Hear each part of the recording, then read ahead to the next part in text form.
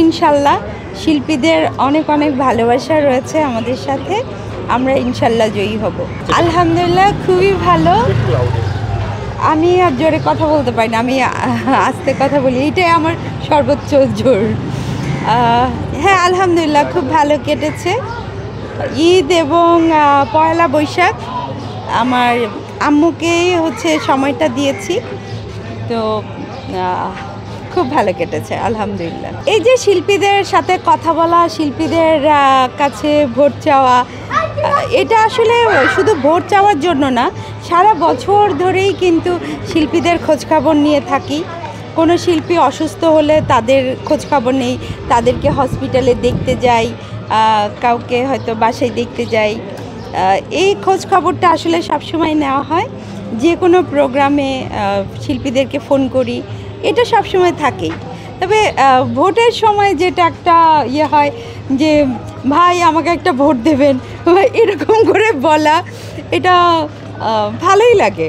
এই যে শিল্পীদের কাছাকাছি থাকা, এটা অন্যরকম একটা আনন্দ।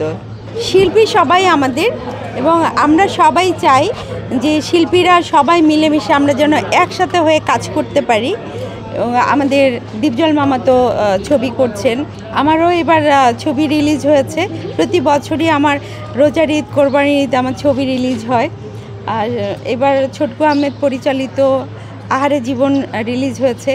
ইনশাল্লাহ কোরবানি ঈদে আমার আরও একটি ছবি রিলিজ হবে, রাজকুমারী নাম।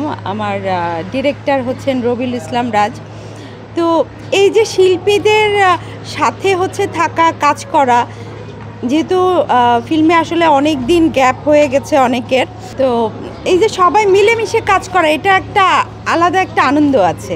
তো আমরা এই কারণেই চাই যে মিশা দীপজল প্যানেলটা জয়ী হোক, কারণ আমাদের শ্রদ্ধেয় দীপজল মামা কিন্তু অনেক ছবি করেন, আর ছবি করলেই আমাদের শিল্পীরা কাজ করতে পারবে, আমাদের যারা টেকনিশিয়ানরা আছে তারা কাজ করতে পারবে। যখন মানুষ কাজের মধ্যে থাকে তখন কিন্তু তাদের শারীরিকভাবে, মানসিকভাবে তারা অনেক ভালো থাকে, সুস্থ থাকে। এই জন্য আমাদের শিল্পীদের কাজ দরকার। না, হল থেকে নামিয়ে দেওয়া হয় নাই, কারণ এটা শুধুমাত্র সিনেপ্লেক্স আর ব্লকবাস্টারে দেওয়া হয়েছে। যেহেতু আমাদের এবার ছবি রিলিজ হয়েছে অনেক বেশি, কিন্তু আমাদের হল হচ্ছে কম, তো সেই কারণে একমাত্র রাজকুমার ছবিটাই হচ্ছে অনেক বেশি হল পেয়েছে, বাকি ছবিগুলো একটু কম কম হল পেয়েছে।